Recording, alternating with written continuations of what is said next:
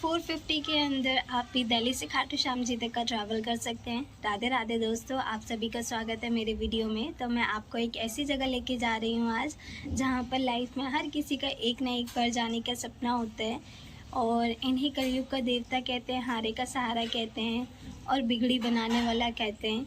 जब भी किसी के लाइफ में कुछ अच्छा नहीं चल रहा होता या फिर काम नहीं बन रहा होता, बहुत ट्राई करने के बाद भी, तो लोग एक ना एक बार ज़रूर जाते हैं, बाबा के दर्शन करते हैं, उनकी कृपा से उनके हर काम बन जाते हैं।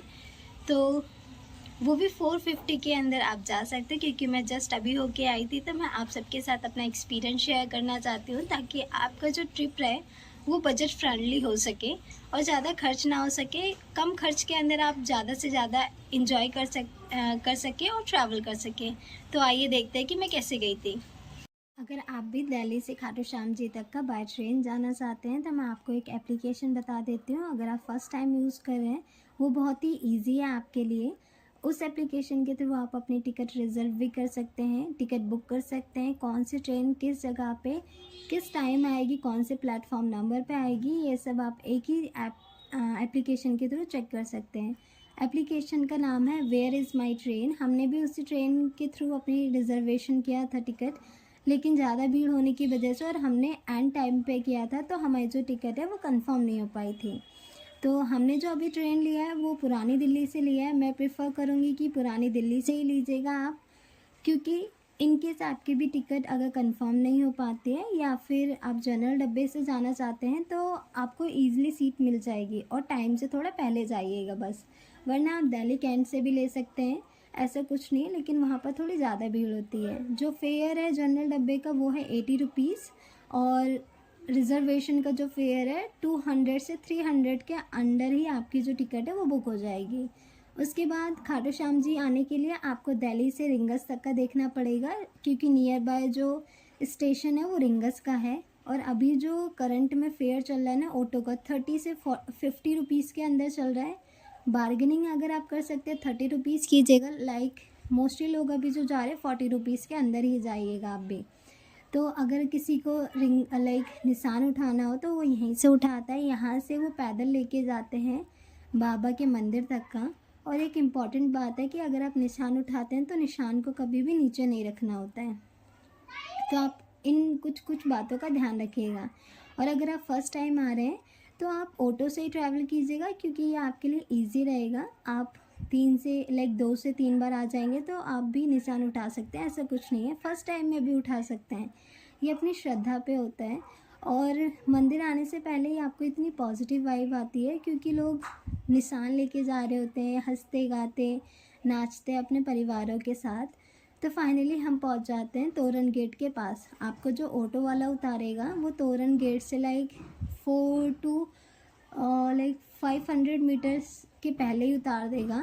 आप 5 to 7 मिनट्स के अंदर तोरण गेट के पास पहुंच सकते हैं। तो मैं और मेरा भाई गए थे, हम न्यू ईयर के 1-2 दिन बाद गए थे, तो थोड़ी सी भीड़ थी। फेस्टिवल के सीज़न पे जाते हैं तो थोड़ी भीड़ रहती है, वरना आपको कोई भी भीड़ नहीं मिलती है। शांति से आप आराम से दर्शन कर सकते हैं।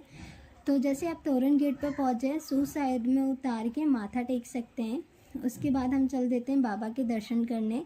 फर्स्ट टाइम आ रहे हैं तो आप खो भी सकते हैं, क्योंकि जो गलियाँ हैं थोड़ी सी घुमावदार हैं और बहुत थोड़ी सी पतली पतली हैं और बहुत सारी गलियाँ हैं, तो आप खो सकते हैं। तो आप नॉर्मली शॉप वाले से या लोकल लोगों से पूछ सकते हैं, वो आपको बता देंगे। और इम्पॉर्टेंट नोट ये है कि जहाँ पर आप प्रसाद लें वहीं पर ही शूज़ उतारिएगा, वो इजी रहता है, वरना आप सबके जो शूज़ है वो खोने के चांसेस हो सकते हैं। और आपको जो शॉप वाला है वो एक कार्ड देगा, इन केस अगर आप खो जाते हैं तो आप कॉल करके उनसे लोकेशन पूछ सकते हैं।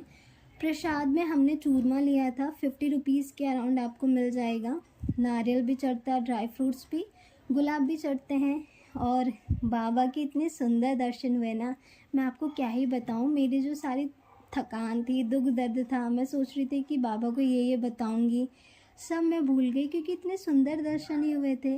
और सबसे इम्पॉर्टेंट बात, अगर आप जाते हैं तो सबसे कॉर्नर वाली लाइन में लगिएगा। 5 to 10 मिनट्स स्टार्टिंग में थोड़ी सी भीड़ होती है, लेकिन बाद में जो दर्शन होते हैं ना वो VIP वाले होते हैं। मैं तो ऐसे ही करती हूँ।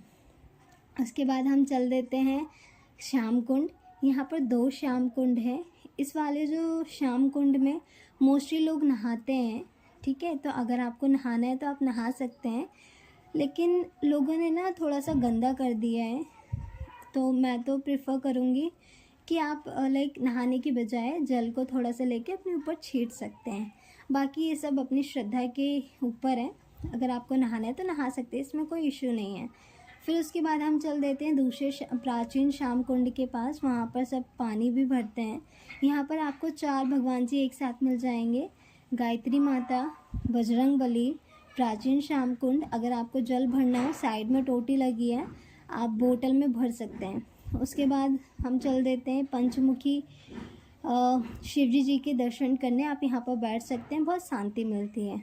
फिर हम दर्शन करके निकल जाते हैं। लाइक इतनी सुंदर सुंदर चीज़ें होती हैं, मन तो करता है कि सब कुछ ले लो। फिर धीरे धीरे हम चल देते हैं प्राचीन शिवालय दर्शन करने, भगवान शिवजी जी के और गणेश भगवान जी के। अगर आपको कुछ समझ नहीं आ रहा है, बहुत हैवी फील हो रहा है, आप मंदिर में थोड़ी देर बैठ सकते हैं। इतनी शांति, रिलैक्स मिलता है ना आपको, मैं ये फीलिंग आपको वर्ड्स में नहीं बता सकती हूँ। फिर मंदिर के जस्ट एक शॉप छोड़ के दूसरी शॉप पे फेमस कचौड़ी वाला है। 15 रुपीज़ की कचौड़ी आप खा सकते हैं। और अगर आपको बालाजी या सालासर बालाजी जाना है, आप यहीं से ट्रैवल कर सकते हैं। अगर आप बाय फ्लाइट आते हैं, नियर बाय जो एयरपोर्ट रहेगा जयपुर रहेगा, बाय बस आते हैं सराय काले खां से आप ले सकते हैं, डायरेक्ट यहाँ तक की भी मिलती है। वीडियो अच्छी लगी तो लाइक, सब्सक्राइब, कमेंट जरूर करना। मिलते हैं नेक्स्ट